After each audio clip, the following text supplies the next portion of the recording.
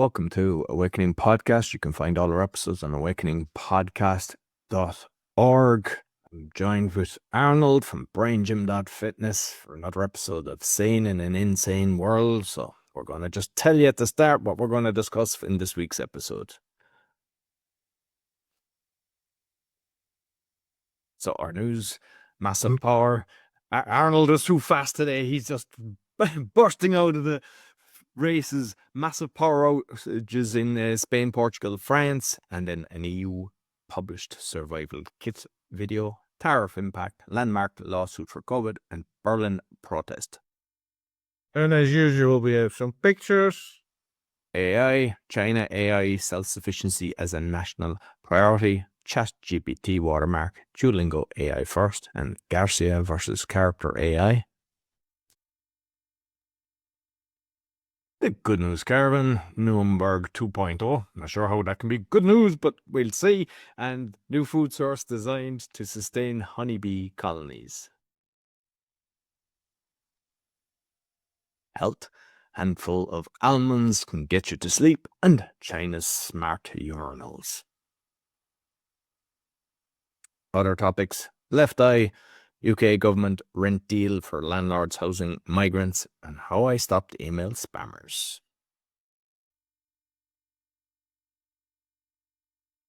I suppose I'll start off with the power grid, because I know we do our own research, and sometimes we kind of touch on some stuff. So I'll explain what it came about in this. So, I mean, most people would have heard it on the news and everything, the power outages. It was Spain, Portugal, I believe France, maybe perhaps Germany as well. It was on the 28th of April. It's left millions without electricity and causing widespread disruption across the Iberian Peninsula. Blackout is described as one of the largest in the region's history, with a significant impact on transportation, communication, and daily life. Major cities like Madrid, Barcelona, and Lisbon were plugged into darkness, with airports, metro systems, and hospitals severely impacted. Telecommunications were disrupted, leaving many residents without mobile networks or internet access. Traffic lights, ATMs, and electronic payment systems stopped functioning, causing chaos in urban areas. But this is the interesting one. I've seen so many different things why it is, right? One, and it would have been the picture that I put up, solar flare. So there was people coming out saying it was a solar flare that caused this. European grid oscillations. Spanish Prime Minister Pedro Sanchez mentioned a strong oscillation in the European electric grid as a potential cause. Rare atmospheric phenomenon. Portugal's grid operator REN suggested that extreme temperature variations in Spain might have triggered the outage, though this claim is being disputed. Cyber attacks. Both Spain and Portugal have not ruled out the possibility of a cyber attack, but no evidence has been found to support this theory so far. And physical faults in the grid. Experts has pointed out that international grids can amplify the impact of a fault, potentially leading to widespread outage. So that's kind of pathetic when you've got a main operator. They haven't got a clue what caused the outage. And, we're hearing so much about, the cyber attacks and everything. Be prepared for the cyber attacks. Was this just another test to see how people would react? That's what I think it was. Not sure what you've got on this one, Arnold. Well, with your conclusion, I totally agree, because I think if it is totally impossible that it's coincidence that Spain, Portugal, France, and you said Germany part of it, that is all real. If it's not planned, it won't happen. It's like, this can only be planned, because otherwise it would never ever happen. Yeah? Because most power grid is regional or even local. Yeah? So having it in the whole country and other countries at the same time is kind of impossible. And in addition to it, I have a quote of another Spain. You mentioned Portugal's grid operator. I had Spain's grid operator who admitted that renewables triggered the collapse. I'd heard that somewhere else as well. I read that. Yeah, and which is BS, I think, because in most countries renewables is, what's it? maximum 5% of the total energy. It's not much. It's Well, what I had heard, and I'm not sure, I had heard they had reached 100% on that day or previous, and was it an attack on them to go, hey, you're not doing that? Because if they're doing kind of 100% renewables, does that mean then that they're not buying the oil and gas from the powers that be? yeah, but 100% renewable. There's no country who has that. So it's like, That's what I had read. I mean, I don't know. I know it's but it proves our point that it's planned, it's chaos. It's planned chaos. Eh? And in addition to that, is that the EU had published a few days before that, which is called a survival kit video.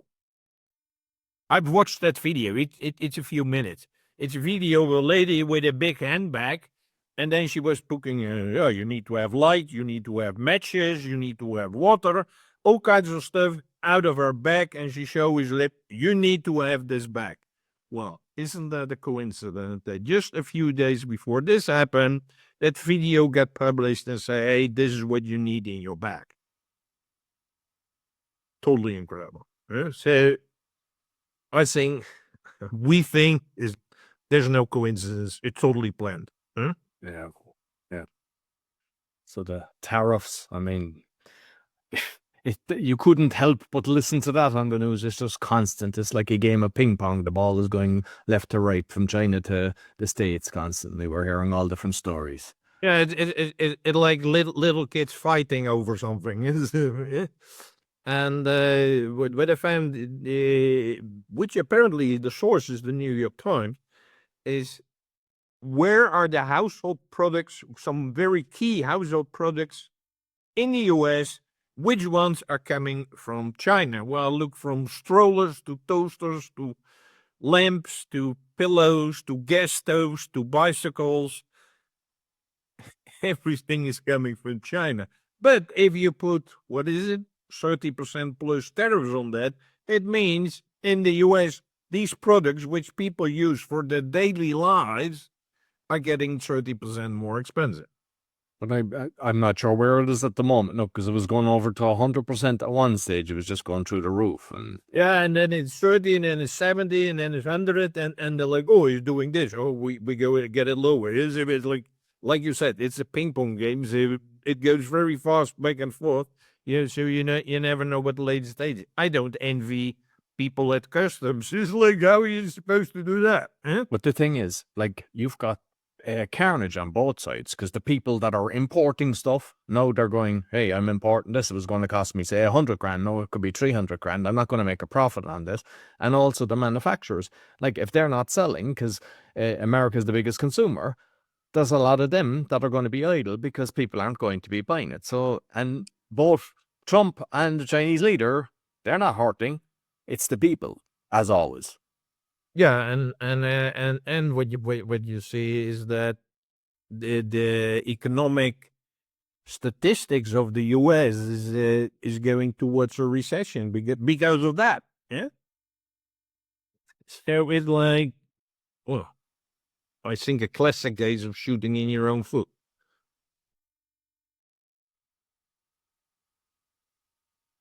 So a landmark. I just wanted to slightly touch on this because I had an interview that was just released yesterday, and it's Scott Shara. So his daughter, Down syndrome, 19, was basically murdered in the hospital. He's been on about 6 times now, I believe. So he's really organized. He's got an analytical brain, really has everything lined up. So he's been preparing this court case for a few years, and it's going to be happening in June. And it's really interesting because, like, they put it, do not resuscitate. There's a load of different laws that are happening in hospitals and no liability and everything. And they're trying to change that. So this could be massive. This could have an international effect. So I encourage people to go in and just have a listen of it, because it's really going to, I mean, it's going to be by grand jury, which, thankfully, I mean, a lot of times we have got judges that we know, I've seen them, I've experienced it myself, corrupt. So let's hope that the jury will actually just listen, because once you know the information, all you can do is prove the hospital and the doctors and nurses are all guilty. Well, the last point is Berlin protest. We've been sharing over the last months, actually, that there are protests in Eastern Europe, but more and more now also protests in Western Europe. I shared a couple of weeks ago, there were protests in Italy. And now on the 1st of May, there were protests in Berlin, Germany, where people were protesting against a couple of things. Basically, again, their cost of living.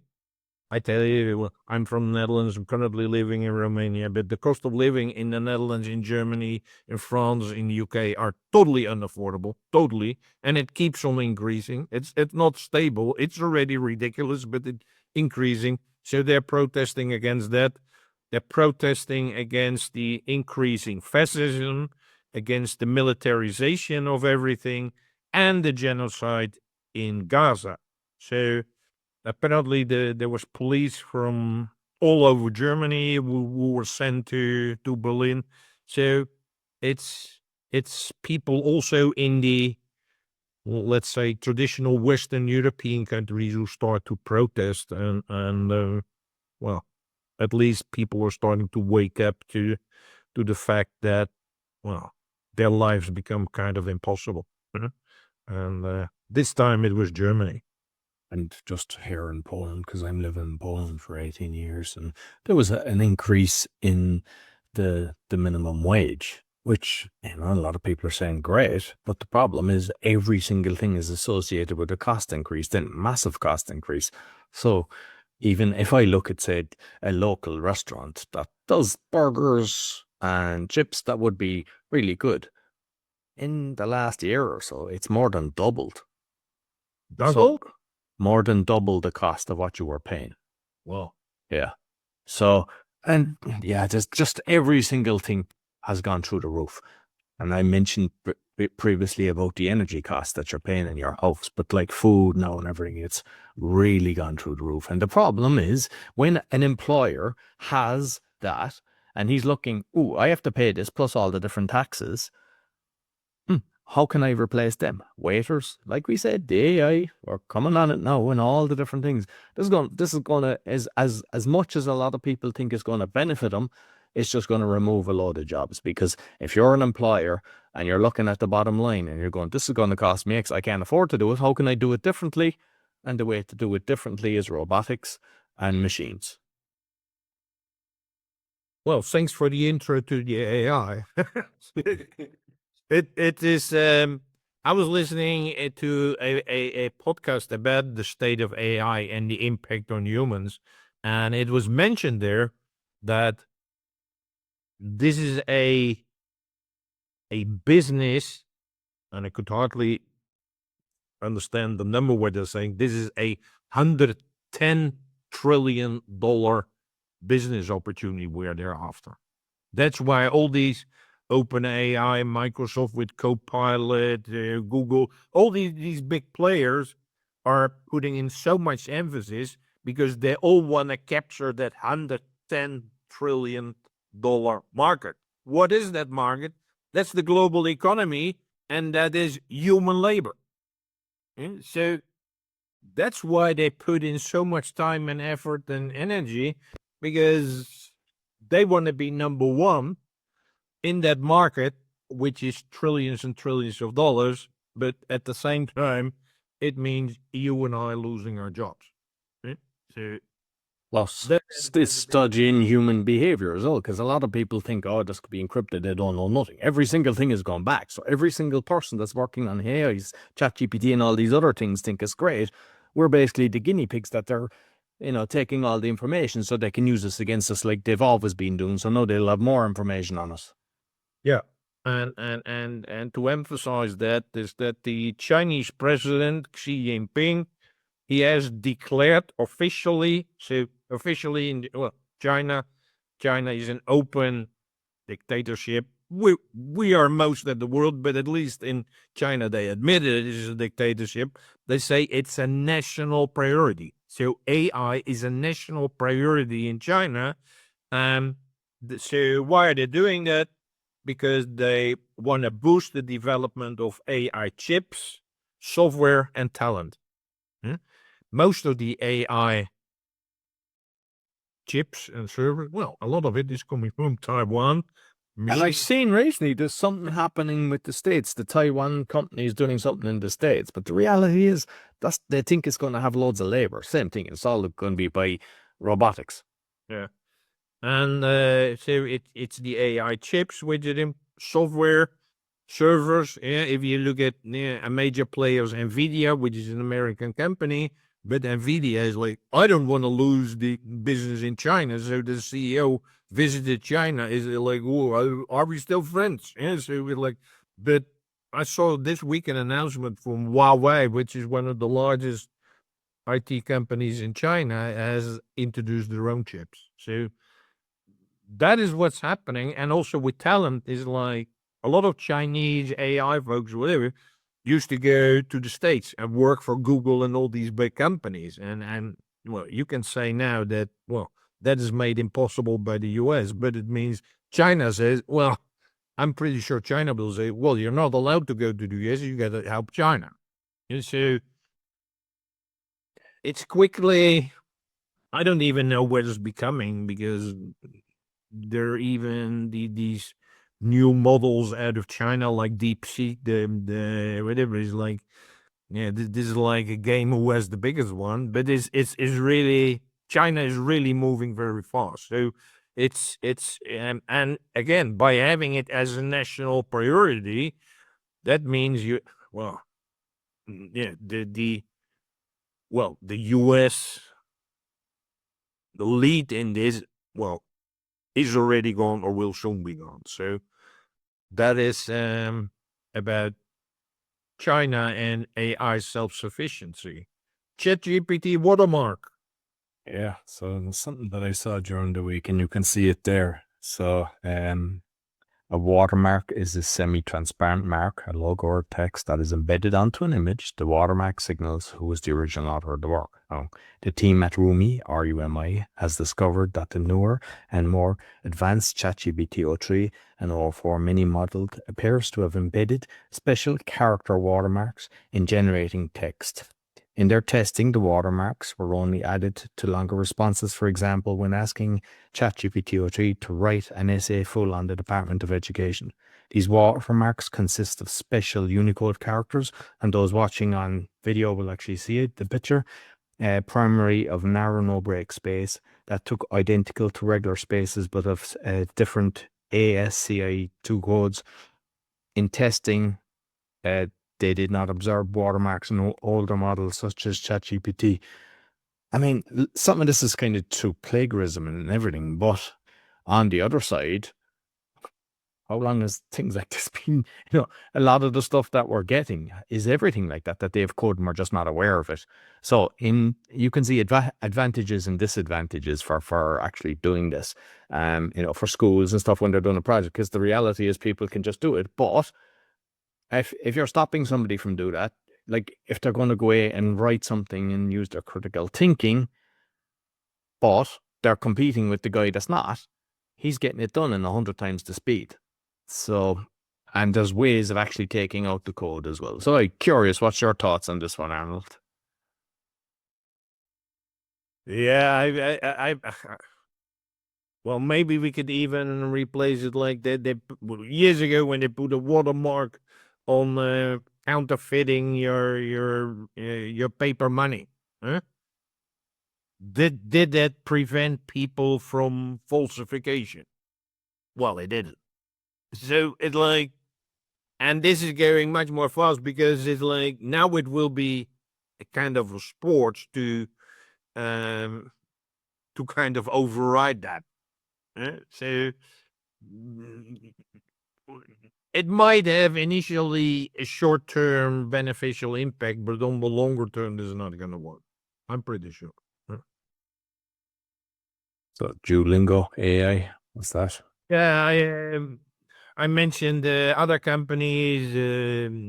Well, I try to share with you guys what is happening in the AI space, and that is happening very fast. Well, everybody knows Duolingo. I think it's a tool to learn a foreign language. The founder and CEO has declared their company an AI first company. What does AI first mean? It means that you cannot hire a human being unless you have first checked whether AI can do the job. Yeah. So nobody, a freelancer or, well, I guess becoming an employee, it's if AI can't automate it, you're not getting the job, and AI will do the job. Yeah. So that is happening there. That's happening in other countries. That's happening everywhere. So it's really AI is taking your job, but also new jobs. It's like if they're going to expand, say, hey, we need new people, AI first. Yeah. Now, that's going to be the norm. I mean, each company, because if you're competing with somebody and they're doing that, you can't say, no, we're not doing that, because you'll be out of business, unfortunately. So it's a catch-22. Yeah. So we're going to see much, much more. This is, I think, the first or, well, second or third time I mention it in this podcast, but it's like, this is a trend. This and a trend which fastly is becoming the norm, like you just said. Yeah? So that's what we see. In that case, it's very interesting and sad reason is a legal case called Garcia versus Character AI. You have to know. Have you heard about Character AI, Roy? Don't think so. No. Well, in itself is good news because you got a young kid. You get and Character AI is especially used by young folks to communicate with. It has a huge percentage of young people applying to that. Yeah? That is Character AI. But what has happened, and it's very, very sad, that Sewell Setzer, a 14-year-old boy, has tragically died by suicide after developing an emotional attachment to an AI chatbot on Character.ai. And Setzer had been interacting with the chatbot for several months, and by the end of February, he ended his life shortly after his final introduction with the chatbot. So there now is a legal case, Garcia is the name of his mother, versus Character AI. And Character AI is defending itself. Hence, this message on the slide is to dismiss the case against it, arguing that the outputs from its chatbot are protected speech under the First Amendment. So, in other words, these tech companies are using the First Amendment as a liability sheet when it comes to social media, and it says that, well, it's like, well, you cannot blame me. It's the freedom of speech of the AI chatbot. Yeah? And it can say whatever it wants, but that means that they're not assuming responsibility for what their chatbots are doing or saying, because they're an entity by itself, and it's freedom of speech. So, well, it should be allowed to say whatever it wants.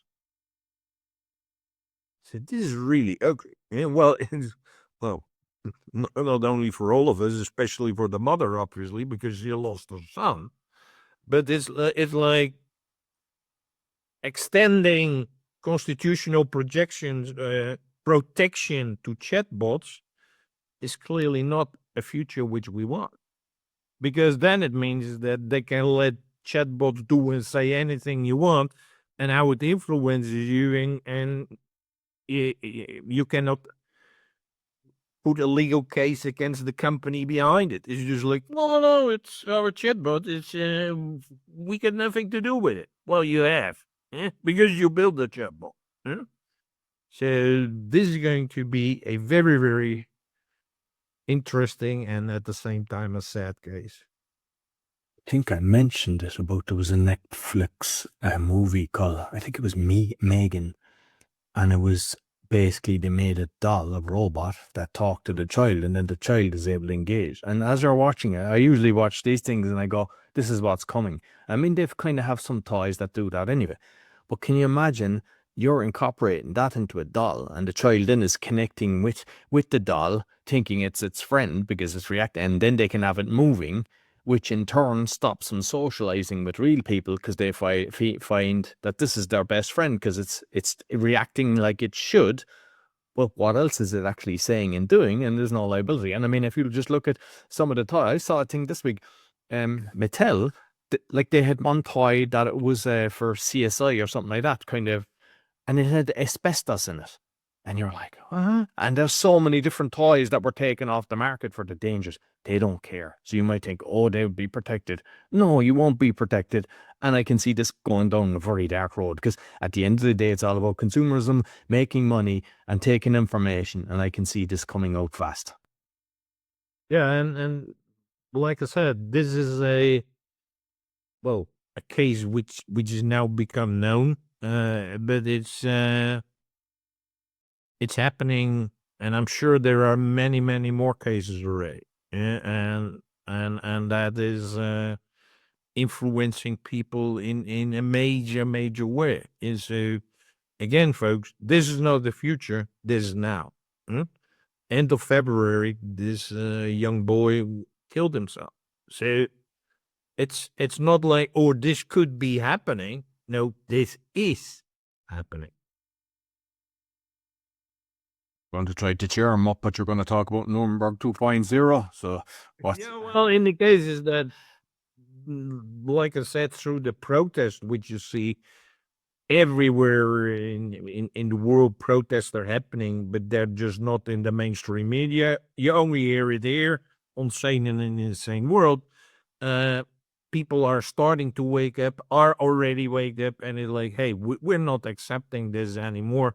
And I recently read that, we talked last week that the WEF, World Economic Forum, former founder and boss Klaus Schwab, that he's replaced by another nice guy.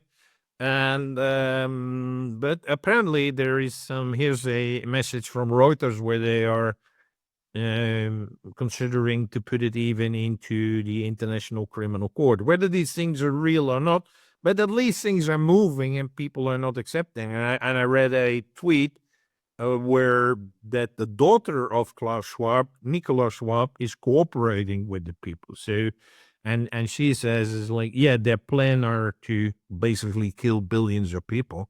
Yeah, most of the people on this planet.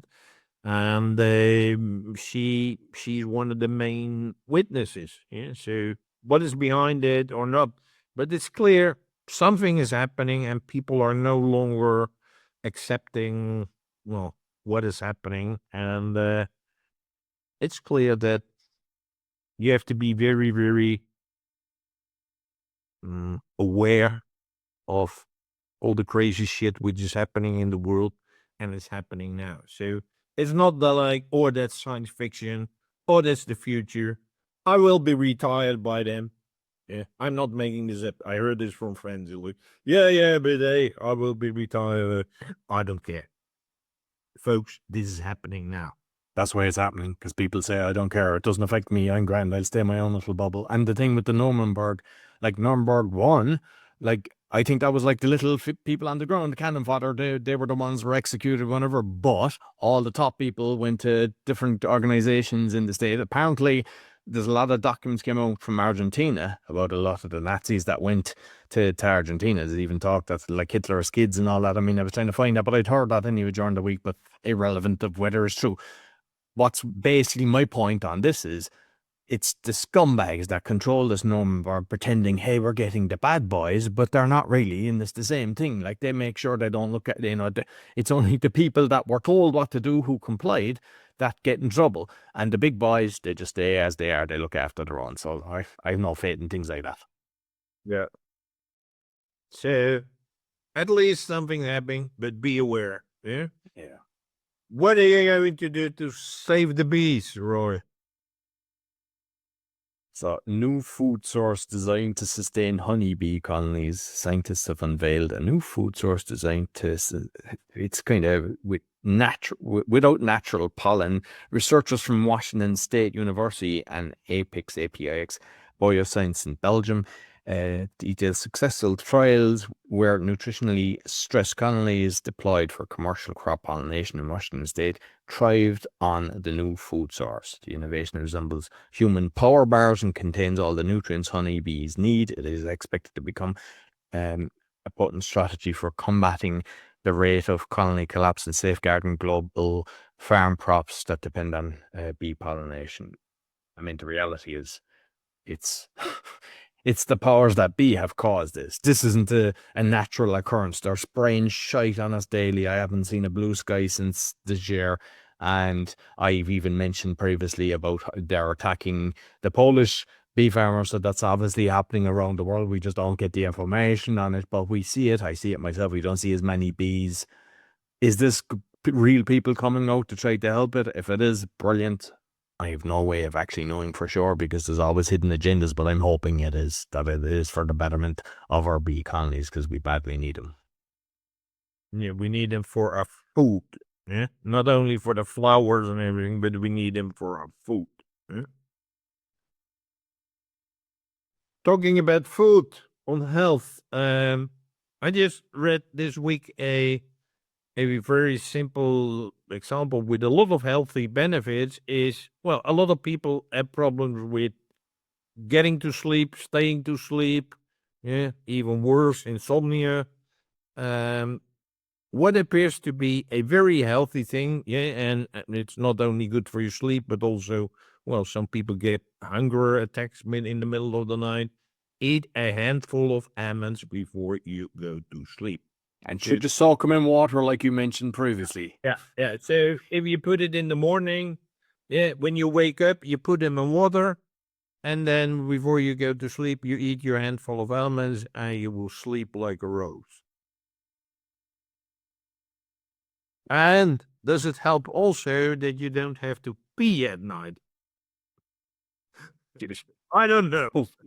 Well, once you don't drink the water that the almonds are soaking in, you mightn't have to. Yeah. So yeah, China's smart urinals, what they detect and how they work.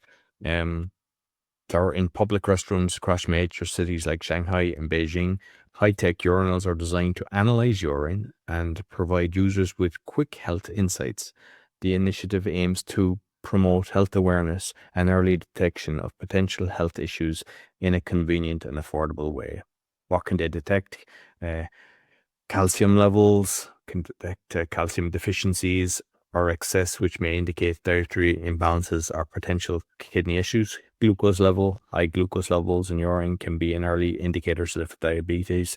Protein and ketone, K-E-T-O-N-E, bodies. The presence of proteins, cateins in urine can signal kidney problems or metabolic disorders, vitamin C levels, and other markers. But I mean, how accurate will it be when there's other people peeing there? I don't know.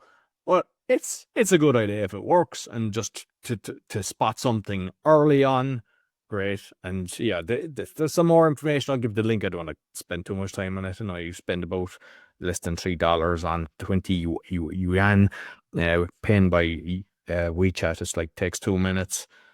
But good idea. Is it going to be accurate? But even if it determines a few little different things that you can go, oh, I need to make an adjustment, perhaps it's a fantastic idea that might spread across the pond. But with all the tariffs, probably going to cost you 10 million in the US by the time it gets across.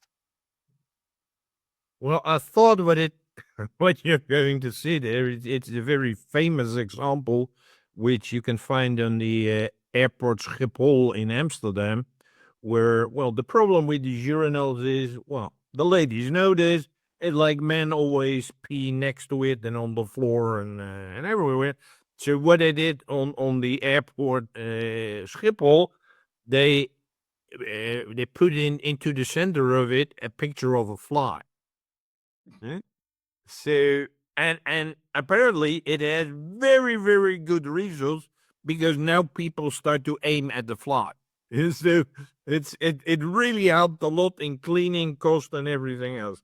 But this is going a lot of steps further. I saw another one where there was a football in it. So people were hitting the football and it was moving. Oh, really? In Ireland. Yeah. Okay. Last week we mentioned the new WEF guy, the former CEO of Nestle, becoming now the WEF guy, and then we mentioned there was something with there's the picture we showed about the left eye, and then I read very detailed report where, well, I'm not going into details. You can research it yourself. That it's being used to, well, connect with your brain for rapid human cloning. So it's basically taking your brain operation out of it and put it somewhere else. And so you become a clone. You might think, oh, it's only this guy, but also this guy, which is the King of England, the former Queen of England, and Mr. Biden. So these things clearly show that something strange is happening. I saw a video actually, and I couldn't put it here in because the videos on X and playing it here is a bit inconvenient. But like, I saw a video of the former Dutch Prime Minister, who's now the Secretary General of NATO, Mark Rutte, where he was in a press conference and he had a black eye. So there's clearly something happening with, well, these guys get their eyes. There was the Black Eye Club. I've got hundreds of pictures of people from the Black Eye Club, which is strange. And I mean, there was Tony Robbins as well that I mentioned last week. And loads of people think, oh, he's brilliant. But then again, he's going on Oprah, friends with Oprah and all this. And you just put all the people together. Like, you don't hang around with the wrong people. Yeah. So, but clearly, and there was another thing, and I didn't put it there because it's the first time I read it. It's called Viral. And people at length describing what it is in comments behind it. But I find it really interesting, but I didn't know. I need to do a lot of research around that. But it's clear there's something happening, and it's not an accident, and it's not that they were in a boxing game. So it's like something is happening there. Huh? UK government rent deal for landlords. So I started seeing a bit of this and just done some more research. So the UK government, through private contractors such as CRCO, has launched a scheme to encourage landlords to rent their properties to house asylum seekers. This initiative comes in response to the increasing number of migrants arriving in the UK, particularly through channel crossings. And I heard recently that because of the weather was nice, they were encouraging people not to stay on the beach because they wouldn't be able to get into all the asylums. They would have nowhere to put their boats as they're entering the country. The key features of the rent deal: guaranteed rent for 5 years. Landlords are offered a 5-year guaranteed rent deal, ensuring a steady income without the risk of void periods or tenant arrears. Additional benefits for the landlords: repairs and maintenance. Serco, the contract covering repairs and maintenance costs for the property. Utility bills and council tax. These are also paid by Serco, relieving landlords of additional expenses. No management fees. Landlords do not pay property management fees, making the deal financially attractive. Government-backed income. The scheme provides landlords with predictable government-backed rental income, which is seen as a safer alternative to renting to private tenants, especially amid legislative change in the rental market. Like, this, if you're a landlord, you go, whoa, this is brilliant. This is terrible, because the rental market's gone through the roof. Property construction price go through the roof. What about the local market? And when the housing crisis happened, this happened in Ireland as well, because I'd heard they were paying so much per bed and then it just doubled overnight. They just throw the locals out in the street, bringing in these people. So how does this affect the market? I mean, if majority of landlords will not care about the locals, they care about, oh, I don't have to worry about having a bad tenant. I don't have to worry about this. This is 5 years of me not having a headache. And it's just the population gets the headache. This is so sad. And it's not just in the UK that this is happening. So Well, it just, I can confirm that in the Netherlands, if I want to rent a place, well, I either have to pay upwards of 10,000 euros a month, which I cannot. But if I want to be, well, eligible for renting a place, there's a 12-year waiting list. And so that means for local people like myself, because I lived in the house of my mother. My mother died. I had to sell the house. But that means if I wanted to stay there and rent a place, I have to wait for 12 years. But for the next 12 years, I gotta lie under the bridge. And so it like, this is reality. It's like, it's happening everywhere, and it's totally crazy. And I didn't put add the picture, but now I think it I should have done, because based on this. But there was a protest in London last week where migrant people are protesting, and the main thing was colonizers out. That's the billboards which they were wearing is like, in other words, is like, you white people, you got to get out of your own country. It's like, they're really taking over our countries, and they just want us out. Well, in this way it happens because if you cannot, if the rents go through the roof, like you cannot live there, so you need to go. this has been in the pipeline for a long time. I was renting before I lost everything. I had properties in Ireland, and then I got bad tenants in Western.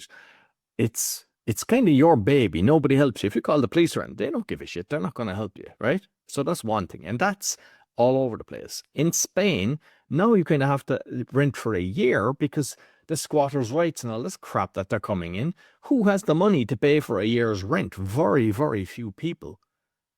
So it's, I mean, this, like, I seen, there's a guy now going around in the UK to the hotels, because they're still registered as hotels, and they're all full of asylum seekers. So he's going in with the camera, and he's been, like, they're coming at him straight away, and he says, don't touch me, you're not allowed to touch me, blah, blah, blah, and he's recording it all. They called the police.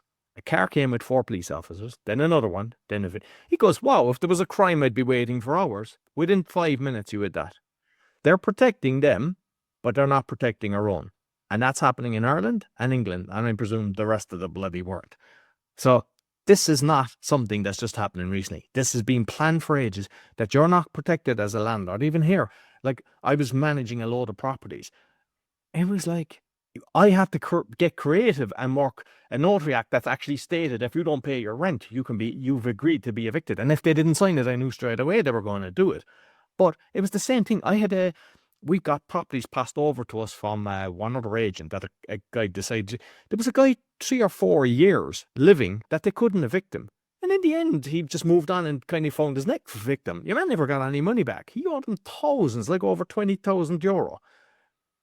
Not a penny back. So that is across all of Europe. So no one is protected. And now they're coming along doing this, that, oh, everything is done for you, no worries. So everyone's going to agree to this, but no one's going to be able to rent. So this is a major problem, but no one's talking about it. Yeah, and in addition to that, what I know, and I've spoken to quite a lot of people in the Netherlands, is like their daughters and sons who, let's say, go to university or higher education or find a job, where normally they're supposed to get out of the house of your parents and live by yourself, they cannot afford to do that because there is no housing. So it's like, that means that parents are, well, they're stuck with their children for many, many more years, not just because, well, I assume both don't really want it, but because there are just no houses.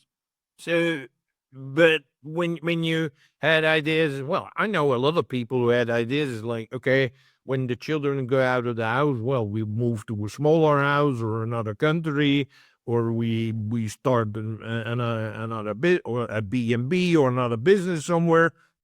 You can forget about it because your children won't be gone.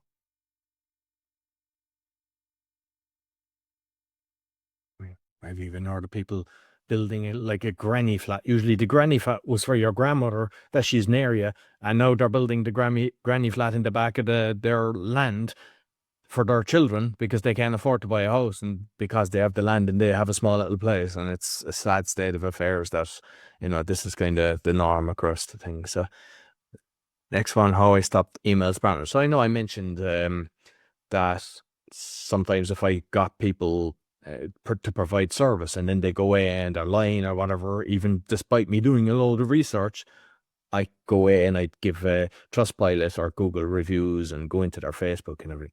But there was another crowd. Sometimes I get approached by all different people trying to sell either lead generation or something to promote the podcast and everything.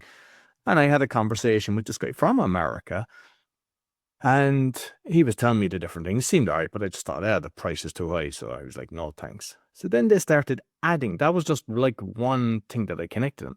He added all my podcasts to his mailing list. So I was getting like 10 plus emails from them. So obviously I mark them as spam. But the problem is when I go into my emails, there's sometimes slips through the cracks. So you have to check your spam. So then you're checking a lot more with it. Responded, hey, remove me from your thing. Asked them a few times, no response. So I done the same thing again. I went in and I started going to the Trust, giving terrible reviews based on what they were doing. Still nothing. So then I booked another call with him.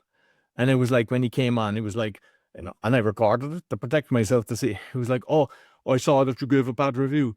And he was like, can you remove it? I said, no. So eventually he's like, it takes me nearly 30 minutes. He's gone through his whole system, opening up, share the screen, trying to block stuff. Look, I have to put in and add this one, as if he'd never had them. They were there. And he said, can I ask it in your heart to actually remove your bad review? And I said, no, you should have an unsubscribe button. It goes against GDPR. So they added me without me requesting it. They have no unsubscribe button. So I'm just telling this because you have power and they don't like that. So when people do crap like that to you, give them reviews, because it protects other people then, because some people go in and look at the reviews and say, hey, where are they getting 20% 1 star? It's as opposed to the honest, decent companies. You'll always have maybe a couple of percent that will be, not happy. But when you see a lot more, so you might never get back what you're trying to do, but you're helping others by giving a review. So that's my rant for that one. Well, I would like to add to that. You said the unsubscribe button. A lot of the guys who have an unsubscribe button, and I clicked on it, and then you get a message, you are unsubscribed. Are you sure? Yes, I'm sure.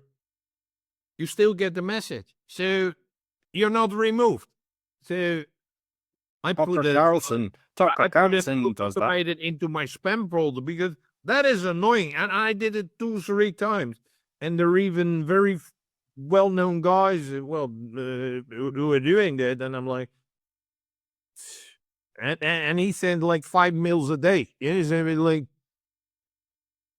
I now have it like it's definitely going into my spam folder. So it like people just add that button, and then behind that there's no process. It's like, oh, you're unsubscribed. Well, clearly you're not. You see it like, and I'm pretty sure a lot of these guys do that on purpose. Yeah, and you meant Brian Rose from London Real, Yes, who why was not? trying to be he is a scumbag of the highest, because he'd have crypto at London Real, info at London. So you have and he's after putting you into about 50 of them. It was impossible. I just kept writing and everything. So that guy, if you're getting emails from him, go into Trustpilot, go into review, go into his website and destroy him, write exactly what's happening, because that's the only way that you'll stop it. And each vote counts. This is a vote that we can see, whereas a lot of the times I don't trust voting. But the beauty of this stuff is they can't remove it. They can comment, but they can't remove it. So it's well worth doing it. It's interesting. It was exactly the guy I was thinking about. Yeah. Yeah, no, I think that's it for this week. So yeah, thanks, Arnold, and you'll find Arnold on braingym.fitness. You'll find me on roycolin.com, and you'll find the podcast awakeningpodcast.org. And be sure to give us a thumbs up, 5 stars. Like, you don't realize how much it helps us as well. If you've watched this on, say, YouTube, BitChute, or Rumble, just a thumbs up or even a little comment, even if there's stuff you don't agree with, that's cool as well. Once it's not abusive, but that really helps the algorithm to push it out, because we're blocked and censored and all this different stuff with a lot of places. But when there's engagement, it really helps. So if you can do that, we'd really appreciate it. Until next week, take care.